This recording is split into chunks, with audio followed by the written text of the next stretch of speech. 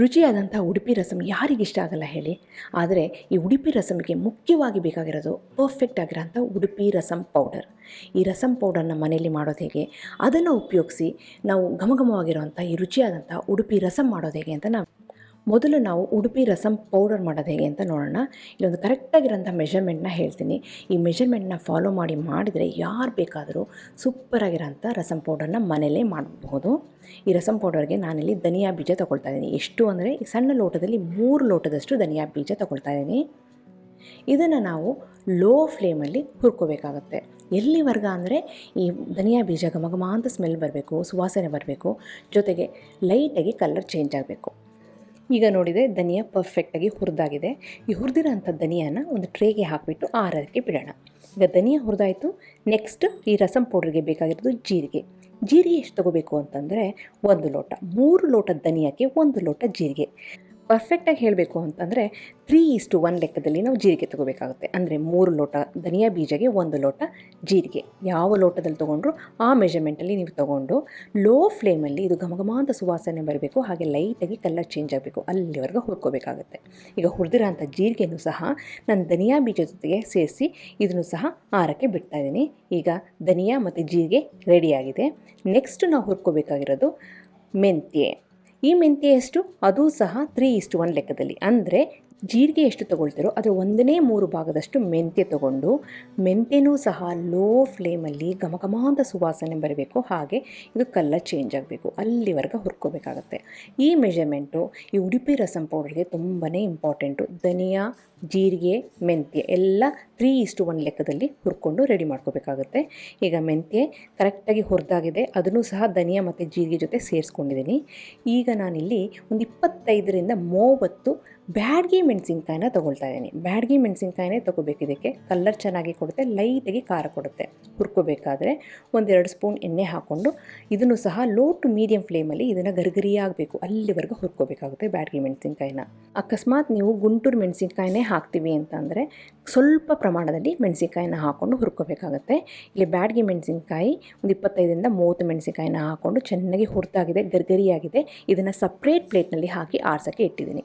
ಈಗ ಅದೇ ಪ್ಯಾನ್ನಲ್ಲಿ 3 ಕಡ್ಡಿ ಕರಿಬೇವಿನ ಸೊಪ್ಪನ್ನು ಹುರ್ಕೊಳ್ತಾ ಇದ್ದೀನಿ. ಕರಿಬೇವಿನ ಸೊಪ್ಪು ಸ್ವಲ್ಪನೇ ತೊಗೋಬೇಕು, ಇಲ್ಲಾಂದರೆ ರಸಮ್ ಪೌಡರು ಕಲರ್ ಚೇಂಜ್ ಆಗುತ್ತೆ. ಈಗ ಕರಿಬೇವಿನ ಸೊಪ್ಪು ಸಹ ಗರಿಗರಿಯಾಗಿದೆ. ಅದನ್ನು ನಾನಿಲ್ಲಿ ಧನಿಯಾ, ಜೀರಿಗೆ, ಮೆಂತ್ಯ ಜೊತೆ ಸೇರಿಸ್ಕೊಂಡು ಆರಕ್ಕೆ ಬಿಡ್ತಾ ಇದ್ದೀನಿ. ಈಗ ಈ ಸಾಮಾನೆಲ್ಲ ಹುರಿದಾಗಿದೆ, ಹಾಗೆಯೇ ಮೆಣಸಿನ್ಕಾಯಿ ಸಹ ಹುರಿದಾಗಿದೆ. ಮೊದಲು ನಾವು ಮೆಣಸಿನ್ಕಾಯಿನ ಪುಡಿ ಮಾಡಿಕೊಂಡು ಆಮೇಲೆ ಅದೇ ಜಾರಿಗೆ ಧನಿಯಾ, ಜೀರಿಗೆ, ಮೆಂತ್ಯ, ಕರಿಬೇವಿನ ಸೊಪ್ಪನ್ನು ಹಾಕ್ಕೊಂಡು ಪುಡಿ ಮಾಡ್ಕೊಳ್ಳೋಣ. ಆಗಲೇ ಅದು ಕರೆಕ್ಟಾಗಿ ಪುಡಿ ಆಗೋದು. ಇಲ್ಲಿ ಮೊದಲು ನಾನಿಲ್ಲಿ ಒಂದು ಮಿಕ್ಸಿ ಜಾರ್ನಲ್ಲಿ ಮೆಣಸಿನ್ಕಾಯಿನ ಹಾಕ್ಕೊಂಡು ಎಷ್ಟು ಸಣ್ಣಕ್ಕೆ ಆಗುತ್ತೋ ಅಷ್ಟು ಸಣ್ಣಕ್ಕೆ ಇಲ್ಲಿ ಪುಡಿ ಮಾಡ್ಕೊಳ್ತಾ ಇದ್ದೀನಿ.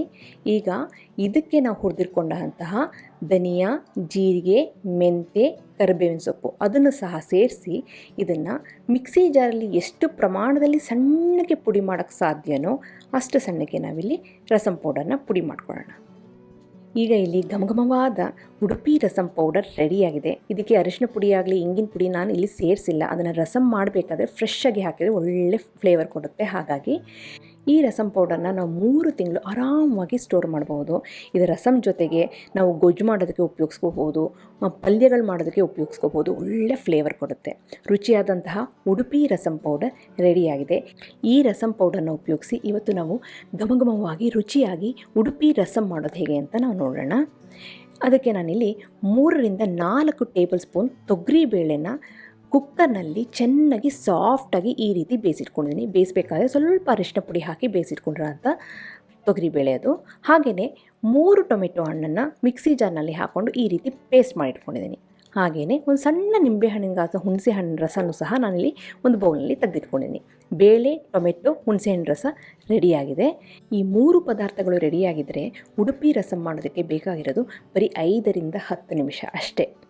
ಇವಾಗ ಈ ಉಡುಪಿ ರಸಮ್ ಮಾಡೋದಕ್ಕೆ ಒಂದು ಬಾಣಲಿನಲ್ಲಿ 1 ಟೇಬಲ್ ಸ್ಪೂನಷ್ಟು ಎಣ್ಣೆ ಹಾಕ್ಕೊಂಡಿದ್ದೀನಿ. ಎಣ್ಣೆ ಬಿಸಿ ಆದಮೇಲೆ ಒಂದು ಅರ್ಧ ಸ್ಪೂನಷ್ಟು ಸಾಸಿವೆ ಹಾಕ್ಕೊಂಡು, ಸಾಸಿವೆ ಸಿಡಿದ ಮೇಲೆ ಸ್ವಲ್ಪ ಕರಿಬೇವಿನ ಸೊಪ್ಪನ್ನು ನಾನಿಲ್ಲಿ ಕೈಯಲ್ಲೇ ಕಟ್ ಮಾಡಿ ಹಾಕ್ತಾಯಿದ್ದೀನಿ, ಒಳ್ಳೆ ಫ್ಲೇವರ್ ಕೊಡುತ್ತೆ ಅಂತ. ಈ ಕರಿಬೇವಿನ ಸೊಪ್ಪಿನ ಜೊತೆನೇ ಒಂದು 3 ಹಸಿಮೆಣಸಿನ್ಕಾಯಿನ ಉದ್ದುದ್ದಾಗಿ ಸೀಳಿ ಅದನ್ನು ಸಹ ಹಾಕ್ಕೊಂಡು ಇಲ್ಲಿ ಬಾಡಿಸ್ಕೊಳ್ತಾ ಇದ್ದೀನಿ. ಇದಾದಮೇಲೆ ಇದಕ್ಕೆ ನಾನಿಲ್ಲಿ ರೆಡಿ ಮಾಡಿಕೊಂಡಂತಹ 3 ಟೊಮೆಟೊ ಹಣ್ಣಿನ ರಸ ಪ್ಯೂರಿನ ನಾನಿಲ್ಲಿ ಸೇರಿಸ್ತಾ ಇದ್ದೀನಿ. ಹಸಿ ಟೊಮೆಟೊ ಹಣ್ಣನ್ನು ಮಿಕ್ಸಿ ಜಾರ್ಗೆ ಹಾಕ್ಕೊಂಡು ಪ್ಯೂರಿ ಮಾಡಿಟ್ಕೊಂಡಿದ್ದೀನಿ. ಈ ರೀತಿ ಪ್ಯೂರಿ ಮಾಡೋಕ್ಕೆ ಇಷ್ಟ ಇಲ್ಲ ಅಂದರೆ ಸಣ್ಣ ಸಣ್ಣದಾಗಿ ಕಟ್ ಮಾಡಿಕೊಂಡು ಅದನ್ನು ಸಹ ಸೇರಿಸ್ಕೋಬೋದು. ಅದ್ರ ಜೊತೆನೇ ಒಂದು ಅರ್ಧ ಸ್ಪೂನಷ್ಟು ಅರಿಶಿನ ಪುಡಿನ ನಾನಿಲ್ಲಿ ಹಾಕ್ತಾಯಿದ್ದೀನಿ. ಅರಿಶಿನ ಪುಡಿನ ನಾನು ರಸಮ್ ಪೌಡರ್ ಮಾಡಬೇಕಾದ್ರೆ ನಾನು ಸೇರಿಸಿರಲಿಲ್ಲ. ಅಕಸ್ಮಾತ್ ರಸಮ್ ಪುಡಿ ಜೊತೆ ಅರಿಶಿನ ಪುಡಿ ಇದ್ದರೆ ಇಲ್ಲಿ ಸ್ಕಿಪ್ ಮಾಡ್ಬೋದು. ಹಾಗೆಯೇ ಒಂದು ಅರ್ಧ ಸ್ಪೂನಷ್ಟು ಬೆಲ್ಲದ ಪುಡಿನ ಇಲ್ಲಿ ಸೇರಿಸ್ತಾ ಇದ್ದೀನಿ. ಬೆಲ್ಲದ ಪುಡಿ ಹಾಕಿದರೆ ರಸಮಲ್ಲಿ ಒಳ್ಳೆ ಫ್ಲೇವರ್ ಎನ್ಹಾನ್ಸ್ ಆಗುತ್ತೆ. ಇದೆಲ್ಲ ಹಾಕಿ ಸ್ವಲ್ಪ ಕುದೀತಿದೆ ಅನ್ನೋ ಟೈಮಲ್ಲಿ ನಾವು ಮಾಡಿಟ್ಕೊಂಡಂತಹ ಹುಣಸೆ ರಸನ ನಾನಿಲ್ಲಿ ಸೇರಿಸ್ತಾ ಇದ್ದೀನಿ. ಹುಣಸೆ ರಸ ಹಾಕಿದ ಮೇಲೆ ಇದು ಒಂದು 3 ರಿಂದ 4 ನಿಮಿಷ ಕುದಿಬೇಕು. ಆಗಲೇ ಹುಣಸೆ ರಸದ ಹಸಿ ವಾಸನೆ ಹೋಗುತ್ತೆ. ಈಗ ಇದು ಚೆನ್ನಾಗಿ ಕುದ್ದಾಗಿದೆ 3 ರಿಂದ 4 ನಿಮಿಷದಿಂದ. ಇದಕ್ಕೆ ನಾವು ರೆಡಿ ಮಾಡಿಕೊಂಡಂತಹ ತೊಗರಿ ಬೇಳೆ ಪೇಸ್ಟ್, ಅಂದರೆ ತೊಗರಿ ಬೇಳೆ ಚೆನ್ನಾಗಿ ಕುಕ್ಕರ್ನಲ್ಲಿ ಬೇಯಿಸಿಟ್ಕೊಂಡಿದ್ದೆ ನೋಡಿ, 3 ರಿಂದ 4 ಟೇಬಲ್ ಸ್ಪೂನಷ್ಟು, ಅದನ್ನು ನಾನಿಲ್ಲಿ ಸೇರಿಸ್ತಾ ಇದ್ದೀನಿ. ಹಾಗೆಯೇ ರಸಮ್ ಎಷ್ಟು ಹದದಲ್ಲಿ ಬೇಕೋ ಅಷ್ಟು ನೀರನ್ನು ನಾನಿಲ್ಲಿ ಸೇರಿಸ್ತಾ ಇದ್ದೀನಿ. ತೀರಾ ತೆಳ್ಳಗೆ ಬೇಕು ಅಂದರೆ ಇನ್ನೂ ಜಾಸ್ತಿ ನೀರನ್ನು ನೀವು ಸೇರಿಸ್ಬೋದು. ಈಗ ಇದಕ್ಕೆ ತೊಗರಿಬೇಳೆ, ಹುಣಸೆ ರಸ, ಟೊಮೆಟೊ ಪ್ಯೂರಿ ಎಲ್ಲ ಹಾಕಾಗಿದೆ. ಈ ರಸಮಿಗೆ ಎಷ್ಟು ಉಪ್ಪು ಬೇಕೋ ಅಷ್ಟು ಉಪ್ಪನ್ನು ಸಹ ನಾನು ಈಗಲೇ ಸೇರಿಸ್ತಾ ಇದ್ದೀನಿ. ಸುಮಾರು ಇಲ್ಲಿ 3/4 ಲೀಟ್ರಷ್ಟು ರಸಮ್ಮು ರೆಡಿ ಆಗ್ತಾ ಇದೆ. ಅದಕ್ಕೆ ಎಷ್ಟು ರಸಮ್ ಪುಡಿ ಹಾಕಬೇಕಾಗುತ್ತೆ ಅಂತಂದರೆ, ಒಂದು ದೊಡ್ಡ ಸ್ಪೂನಲ್ಲಿ 1 ಸ್ಪೂನಷ್ಟು ರಸಮ್ ಪುಡಿ ಹಾಕಿದರೆ ಸಾಕು. ಅಂದರೆ 1 ಟೇಬಲ್ ಸ್ಪೂನಷ್ಟು ರಸಮ್ ಪುಡಿ ಇಷ್ಟು ರಸಮಿಗೆ ಬೇಕಾಗುತ್ತೆ. ಇಷ್ಟು ರಸಮ್ ಪುಡಿ ಹಾಕಿ ಇದನ್ನು ಚೆನ್ನಾಗಿ ಮಿಕ್ಸ್ ಮಾಡಿ 1 ನಿಮಿಷ ಕುದಿಸಿದ್ರೆ ಸಾಕು. ನಾವು ರಸಮ್ ಪುಡಿ ಮಾಡಬೇಕಾದ್ರೆ ಸಾಮಾನೆಲ್ಲ ಲೋ ಫ್ಲೇಮಲ್ಲಿ ಚೆನ್ನಾಗಿ ಹುರ್ಕೊಂಡಿರೋದ್ರಿಂದ ಇದು ಜಾಸ್ತಿ ಕುದಿಬೇಕು ಅನ್ನೋ ಅವಶ್ಯಕತೆ ಇಲ್ಲ. ಒಂದೇ 1 ನಿಮಿಷ ಇದು ಕುದಿ ಬಂದರೆ ಸಾಕು, ರುಚಿಯಾದಂಥ ರಸಮ್ ರೆಡಿಯಾಗುತ್ತೆ. ಈಗ ಒಂದು ರಸಮಿಗೆ ಮುಖ್ಯವಾಗಿ ಹಾಕಬೇಕಾಗಿರೋದು ಅಂತಂದರೆ ಇಂಗು. ಇಲ್ಲಿ ಒಂದು ಚಿಟಿಕೆಯಷ್ಟು ಸ್ಟ್ರಾಂಗ್ ಆಗಿರೋ ಗಟ್ಟಿ ಇಂಗನ್ನು ನೀರಿನಲ್ಲಿ ಚೆನ್ನಾಗಿ ನೆನೆಸ್ಕೊಂಡು ಅದನ್ನು ಸೇರಿಸ್ತಾ ಇದ್ದೀನಿ. ಗಟ್ಟಿ ಇಂಗಾದರೂ ಹಾಕ್ಬೋದು, ಇಲ್ಲ ಅಂದರೆ ನಿಮ್ಮ ಹತ್ರ ಪುಡಿ ಇಂಗಿದ್ರೆ ಅದನ್ನು ಸಹ ಈ ಸ್ಟೇಜ್ನಲ್ಲಿ ಹಾಕಿಬಿಟ್ಟು ಚೆನ್ನಾಗಿ ಮಿಕ್ಸ್ ಮಾಡಿ, ಜೊತೆಗೆ ಫ್ರೆಶ್ ಆಗಿರೋಂಥ ಕೊತ್ತಂಬರಿ ಸೊಪ್ಪನ್ನು ಧಾರಾಳವಾಗಿ ಕುದಿತಿರೋ ಅಂಥ ರಸಮ್ ಮೇಲೆ ಹಾಕಿದರೆ ಘಮಘಮವಾದ ರುಚಿಯಾದ ಉಡುಪಿ ರಸಮ್ ರೆಡಿ. ಈ ರಸಮ್ನ ಅನ್ನಕ್ಕೆ ಧಾರಾಳವಾಗಿ ಹಾಕ್ಕೊಂಡು ಚೆನ್ನಾಗಿ ಕಲಿಸ್ಕೊಂಡು ತಿಂದರೆ ಸೂಪರಾಗಿರುತ್ತೆ. ಅದೆಲ್ಲ ನಿಮಗೆ ಗೊತ್ತೇ ಇದೆ. ಹಾಗೆಯೇ ಇನ್ನು ಸೂಪ್ ಥರನೂ ಸಹ ಕುಡಿಬೋದು, ಅಷ್ಟು ರುಚಿಯಾಗಿರುತ್ತೆ. ನಾನಿವತ್ತು ರಸಮ್ ಪುಡಿಗೆ ಯಾವ್ಯಾವ ಸಾಮಾನು ಎಷ್ಟು ಮೆಜರ್ಮೆಂಟಲ್ಲಿ ಹಾಕಬೇಕು ಅಂತ ಡೀಟೇಲಾಗಿ ತೋರಿಸಿದ್ದೀನಿ. ಅದೇ ಮೆಜರ್ಮೆಂಟಲ್ಲಿ ನೀವು ಮಾಡಿ ಸೂಪರಾಗಿ ರಸಮ್ ಪೌಡರ್ ಬರುತ್ತೆ.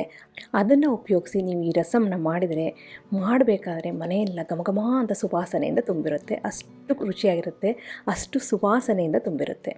ನಿಮಗೆಲ್ಲ ಈ 2 ರೆಸಿಪಿಗಳು ಇಷ್ಟ ಆಗಿದೆ ಅಂತ ಅಂದ್ಕೊಂಡಿದ್ದೀನಿ. ಖಂಡಿತವಾಗ್ಲೂ ಟ್ರೈ ಮಾಡಿ ಹೇಗೆ ಬಂತು ಅಂತ ನನ್ನ ಕಮೆಂಟ್ ಸೆಕ್ಷನಲ್ಲಿ ದಯವಿಟ್ಟು ತಿಳಿಸಿ. ಹಾಗೆ ನೀವು ದಯವಿಟ್ಟು ಈಗಲೇ ಸಬ್ಸ್ಕ್ರೈಬ್ ಆಗಿ ಪಕ್ಕದ ಬೆಲ್ ಬಟನ್ ಕೂಡ ಟಚ್ ಮಾಡಿ. ನಿಮಗೆ ವಿಡಿಯೋ ಇಷ್ಟ ಆಯಿತು ಅಂದರೆ ಲೈಕ್ ಬಟನ್ನ ಕ್ಲಿಕ್ ಮಾಡಿ, ಫ್ರೆಂಡ್ಸ್ ಆ್ಯಂಡ್ ಫ್ಯಾಮಿಲಿ ಜೊತೆ ಶೇರ್ ಮಾಡಿ. ಮತ್ತೊಂದು ಇಂಟ್ರೆಸ್ಟಿಂಗ್ ರೆಸಿಪಿಯೊಂದಿಗೆ ಭೇಟಿ ಆಗ್ತೇನೆ. ಅಲ್ಲಿವರೆಗೆ thank you, bye bye, see you.